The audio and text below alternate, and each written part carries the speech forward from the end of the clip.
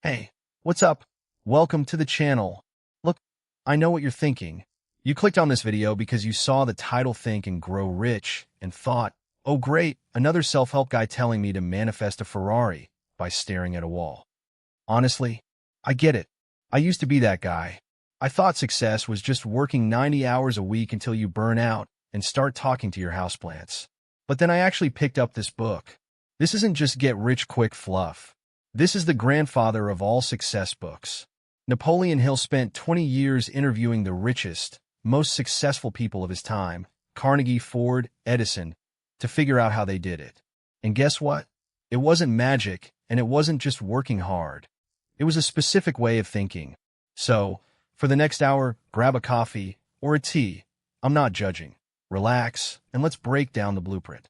I'm going to skip the boring academic stuff and tell you exactly how this actually works in the real world, with none of the guru nonsense. Chapter 1. The Starting Point, Desire. Let's start with the most important chapter, desire. Hill says, desire is the starting point of all achievement. Sounds simple, right? Like something you'd see on a cheesy wall poster in a dentist's office. But here's the catch.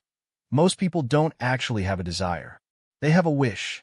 There is a massive, life-altering difference between a wish and a burning desire. A wish is saying, I wish I had more money. You know what happens when you wish? You get nothing. It's like standing at a bus stop, wishing a limousine would pick you up. It's not going to happen, and you're just going to get tired of waiting. A burning desire is different. It's that feeling you get when you're so hungry that you don't care if you have to crawl through a kitchen window to get a sandwich. It's obsession. It's when you decide, I'm going to get this no matter what. Hill talks about Edwin C. Barnes, this guy who wanted to work with Thomas Edison, not for him. He didn't have money, he didn't have a business degree, and he didn't even have a ride to get to Edison's office. But he had that burning desire. He showed up, he stayed, he refused to take no for an answer, and eventually he became Edison's business partner. If you don't have that I'm gonna make this happen fire, you're just wasting time. You need to be obsessed. Now, I know, people will call you crazy. Your friends will say, hey man, let's go play games. Or, why are you working on this project so late? Let them talk. When you have a goal that scares you a little bit, it usually means you're on the right track. So, here's your first step. Define exactly what you want. Not, I want to be rich. That's like telling a taxi driver, drive me to somewhere good. You'll end up in the middle of nowhere. Be specific. I want to build a platform that connects laborers to employers by next year. Put a number on it. Put a date on it. Once you know exactly what you want, you need a plan, but we'll get into the planning part in a minute. For now, just ask yourself, do you actually want it? Or... So, you've got your burning desire. You've decided what you want, you've obsessed over it, and now you're ready to go. But wait, usually about 2 days in, reality hits you like a wet towel to the face. You realize, oh man, this is actually hard. This is where most people quit. And this is where Napoleon Hill brings in the secret sauce, faith. Now, don't get it twisted. I'm not talking about faith in a religious sense. I'm talking about having absolute, unshakable belief that you can and will get what you want, even when you have zero evidence to prove it. Think about it like this. If you're building a project, let's say an app, and you haven't written a single line of code yet, but you're telling everyone, this is going to be the biggest thing in my college. People will look at you like you've lost your marbles. But that's the point. You have to be your own biggest fan because, let's be real, nobody else is going to do it for you. Hill says faith is a state of mind. You can induce it. You can literally trick your brain into believing success is inevitable. How? Through autosuggestion. Sounds like a fancy psychological term, right? It just means talking to yourself.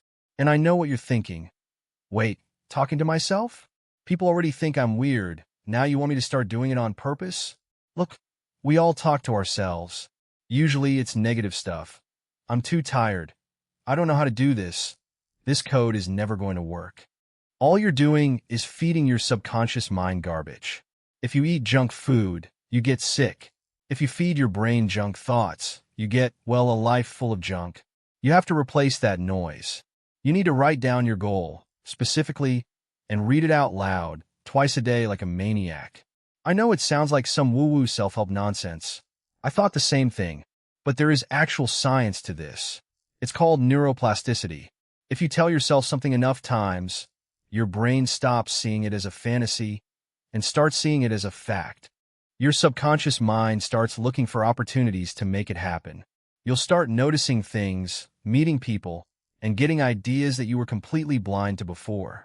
It's like when you're thinking about buying a specific car, and suddenly, that car is everywhere on the road. The car didn't just appear. Your brain just finally decided to pay attention to it. So, stop doubting yourself. If you're working on a project or trying to learn a complex skill like embedded systems or whatever it is, stop telling yourself, this is too difficult. Tell yourself, I am currently figuring out the solution to this, and I am getting better every single day. It sounds small, but it's the difference between the guy who stops at the first bug in his code and the guy who keeps going until the system works. Oh, and one more thing. Specialized knowledge. Hill argues that general knowledge, the stuff you learn in classes to pass a test, is basically useless for making real wealth. You need specialized knowledge. You need to be the person who knows more about one specific thing than anyone else in the room. You don't need to be a genius. You just need to be a specialist. Be the person who knows the back end, the hardware, the design, or the marketing. If you're just a guy who knows a little bit of everything, you're replaceable. If you're the guy who knows exactly how to fix this critical problem, you're gold. So, don't just accumulate information like a digital pack rat. Figure out what skill you need to get to that next level and go deep. Not I'll watch a few videos deep. I'm going to master this until it's boring deep. Alright, so you've got your burning desire, you're feeding your brain the right stuff, and you're focusing on specialized knowledge. But let's be real. You can't do it all alone. Even if you think you're a lone wolf, eventually, you're going to run into a wall that's just too thick to break through by yourself. This is where Napoleon Hill introduces the concept of the mastermind. He defines it as the coordination of knowledge and effort in a spirit of harmony between two or more people for the attainment of a definite purpose. Basically, a mastermind is like a super brain. When two people get together and focus on the same goal, they create a third, invisible, larger brain. You've seen this, right? You're stuck on a piece of code for 3 hours, you're getting frustrated, you're about to throw your laptop out the window. Then a friend walks in, looks at the screen for 2 seconds, and says, "Oh, you missed a semicolon there." Boom. Problem solved. That's the power of the mastermind. You need to surround yourself with people who are smarter than you in areas where you're weak. If you're a back-end wizard, find someone who's a design genius. If you're great at the hardware, find someone who knows how to talk to clients. Don't be the smartest person in the room. If you are, you're in the wrong room. And notice the word harmony. You can have the smartest team in the world, but if everyone is busy ego-tripping or trying to sabotage each other, you've got nothing. Harmony is the glue. It's why you've got to pick your partners carefully. Decision. The art of not being a flip-flopper. Now, let's talk about a big one. Decision. Hill did this massive study, and you know what he found? Every single person who failed had one thing in common. They were indecisive. They'd start something, then change their mind, then start something else, then quit. They were like a leaf in the wind. Successful people, on the other hand, make decisions fast and change them slowly, if they change them at all. I know. The fear of making the wrong decision is paralyzing. You think, what if I start this project and it fails? But let me tell you a secret. The absolute worst decision you can make is to make no decision at all. That's just called stagnation. When you decide, you take control. When you don't decide, life makes the decision for you, and it's usually not the one you wanted. Napoleon Hill says that procrastination is the opposite of decision. Procrastination is just the dream killer in disguise. It's that voice that says, I'll start that project tomorrow or I'll learn that skill next week. Guess what? Tomorrow never actually comes. There's only right now. If you're waiting for the perfect time to start your business, or your app, or your big project, stop. The perfect time is a myth. It's like waiting for all the traffic lights in your city to turn green at the same time before you drive to work. You'll be waiting forever. You just get in the car and drive, and you deal with the lights as they come. The persistence factor. And that leads us to the final piece of this puzzle, at least for this section, persistence. There's a quote in the book that I absolutely love. Persistence is to the character of man what carbon is to steel. Think about how many times you've started something and quit because it got a little boring or too hard. We've all been there. But success isn't about being the fastest or the smartest. It's about being the last one standing. You're going to have days where your server crashes, your code doesn't compile, or people tell you your idea is stupid. If you quit when that happens, you were never really in the game to begin with. The difference between the people who make it and the people who stay average is just that they didn't stop when the road got rocky. So, here's the challenge. The next time you feel like quitting, don't. Just take one more step. Fix one more bug. Draft one more page of your plan. Just persist. Persistence is basically just stubbornness with a goal.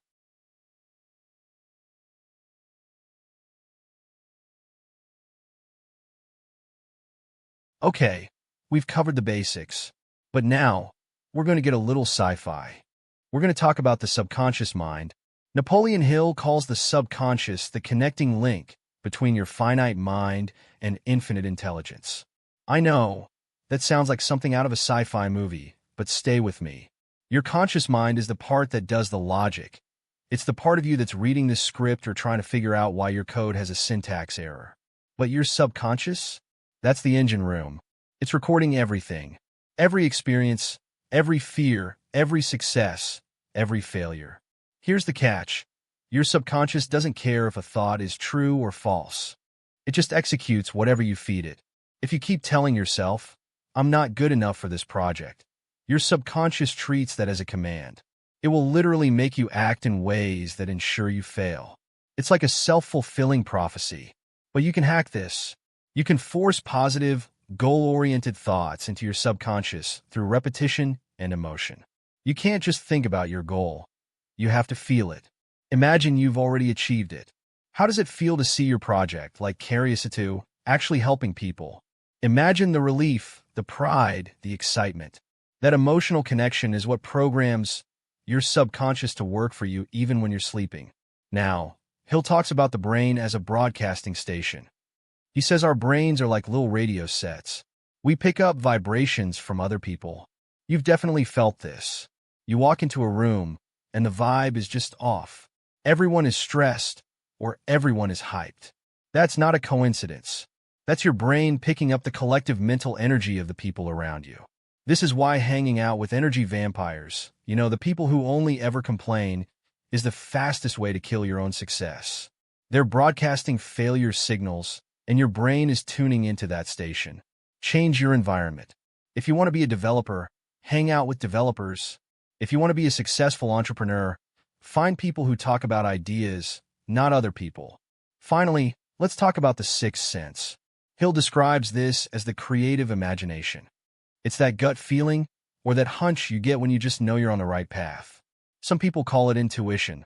Hill calls it the point where your mind touches the infinite. It's that moment when you've been grinding on a problem for days, you walk away, you take a shower or go for a walk, and suddenly pop. The solution just appears. You didn't think it, it just landed in your mind. That's your sixth sense working. But it only works when you've put in the work first. You can't get a hunch about something you haven't studied. It's the reward for your preparation. The 6 ghosts of fear. Wait, I have to talk about this. Hill talks about the 6 ghosts of fear that stop people from reaching their potential. Fear of poverty, the biggest one. I don't have enough money to start. Fear of criticism. The what will people think of me? Trap. Fear of ill health. Obsessing over being sick. Fear of loss of love. The insecurity of relationships. Fear of old age. Thinking it's too late to start. Fear of death. Look at the fear of criticism. It kills more dreams than anything else. You might be scared to post your first YouTube video because you think your friends might laugh. Guess what? They might. And let them. If they're busy laughing, they aren't busy building. These fears are just ghosts. They aren't real. They're just thoughts you've allowed to take up space in your brain. Next time you feel that fear, call it out. Say, oh, there's that ghost of criticism again. Thanks for stopping by, but I'm busy, so get lost. It sounds crazy, but it works. You have to be the boss of your own head.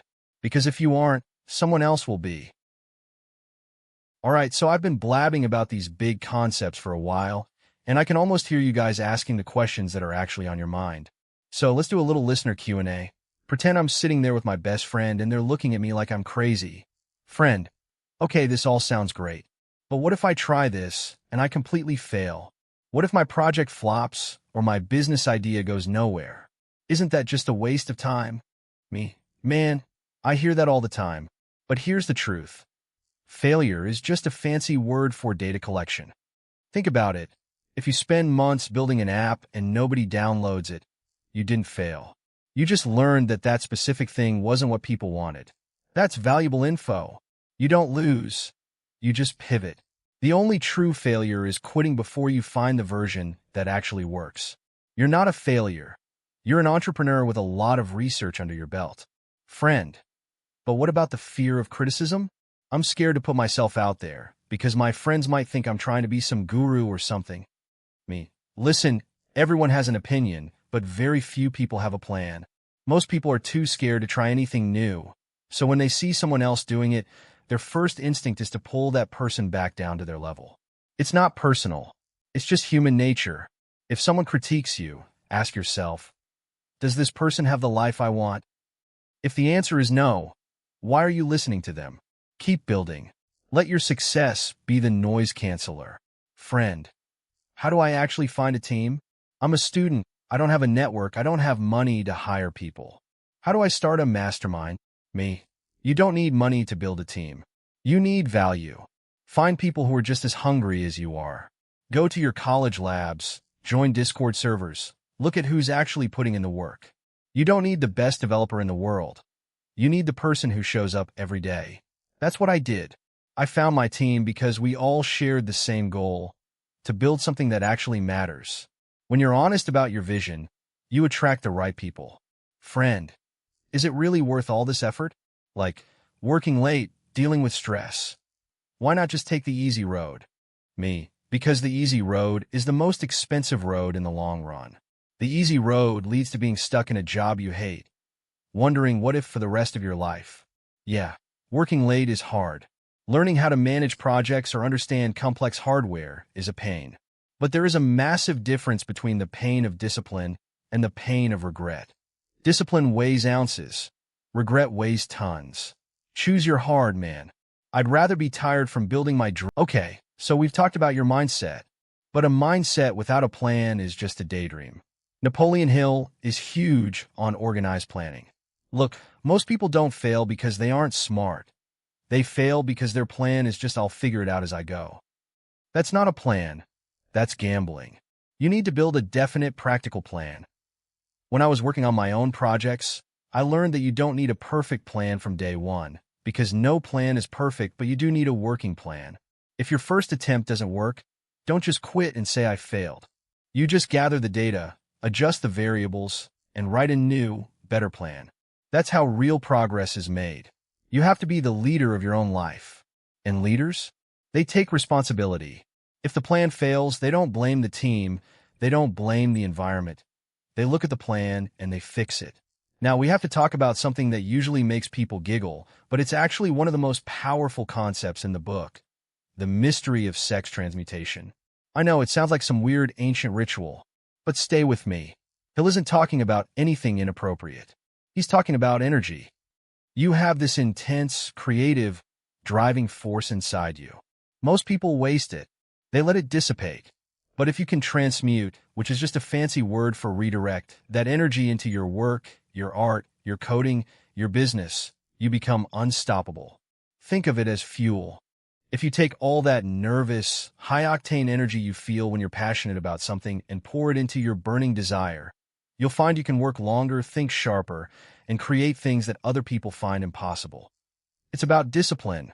It's about choosing not to leak your energy on things that don't matter so you can explode with progress on the things that do.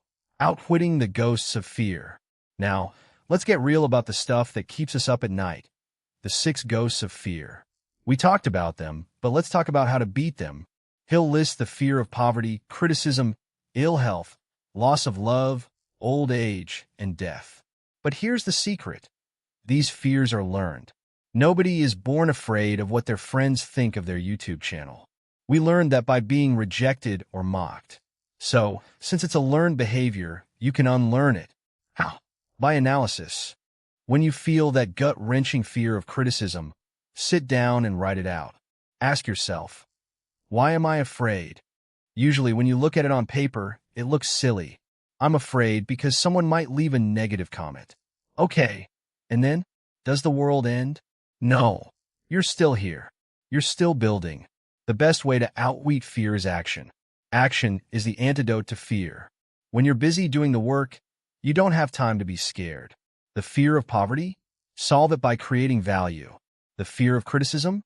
Solve it by becoming so good that they can't ignore you. Don't let these ghosts steer your ship. You're the captain. If you hear that little voice in your head telling you it's too risky, tell it, "Thanks for the warning, but I've got work to do." And remember, guys, this book isn't about getting rich in the sense of just having a big bank account. It's about richness in character. It's about being the person who can look at a massive problem, stay calm, build a team, create a plan, and then execute it with everything you've got. That is real success. Everything you need is already inside you.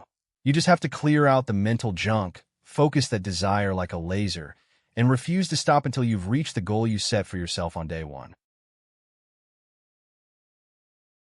Okay, so we've talked about how to succeed. But sometimes the best way to move forward is to stop doing the stuff that's holding you back. Napoleon Hill studied thousands of people who didn't make it, and he found they all fell into the same traps. I'm going to run through the big ones. Think of this as a warning label for your brain. Lack of a well-defined purpose. If you don't know where you're going, any road will get you there, but you'll probably end up somewhere you hate. Lack of ambition. If you're okay with being average, that's a choice. But don't complain when you get average results. Procrastination. This is the ghost that kills the most dreams. "I'll do it later" is a lie you tell yourself to feel better about doing nothing now. Lack of persistence. Most people quit at the exact moment the miracle was about to happen. Negative personality.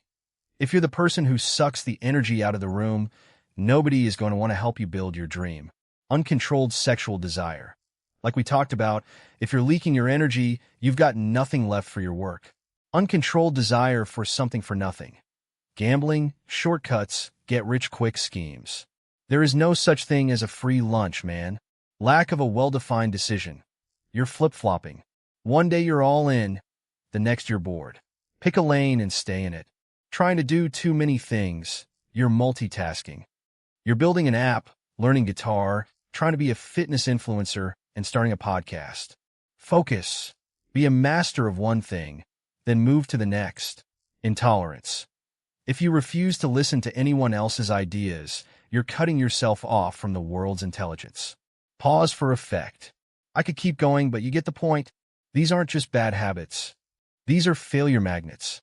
Look at your own life. Which one of these are you guilty of? I'll be the first to admit, I've been guilty of procrastination and trying to do too many things at once. It's human, but the moment you acknowledge, "Hey, I'm doing that," is the moment you have the power to stop.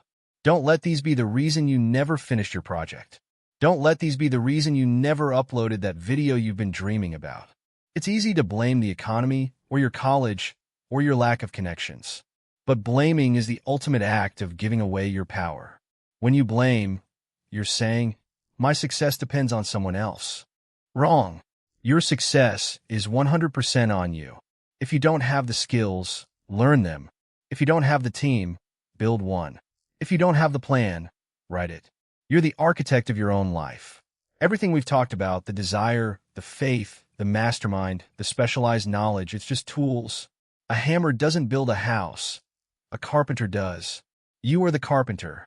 So, stop looking for a secret and start looking at the work in front of you. That code, that design, that study session, that YouTube video, that's not just work. That's your legacy. We've covered a lot.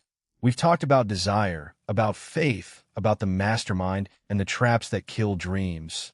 But I want to leave you with the heaviest, most powerful concept in the entire book. Hill calls it infinite intelligence. I know it sounds super deep, but think about it this way. You are not just a collection of cells.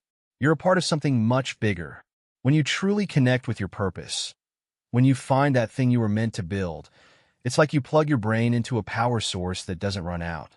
Have you ever had a day where everything just clicked? where the ideas flowed, the code worked perfectly, the team was in sync, and you felt like you couldn't miss. That's what it feels like to align with your purpose.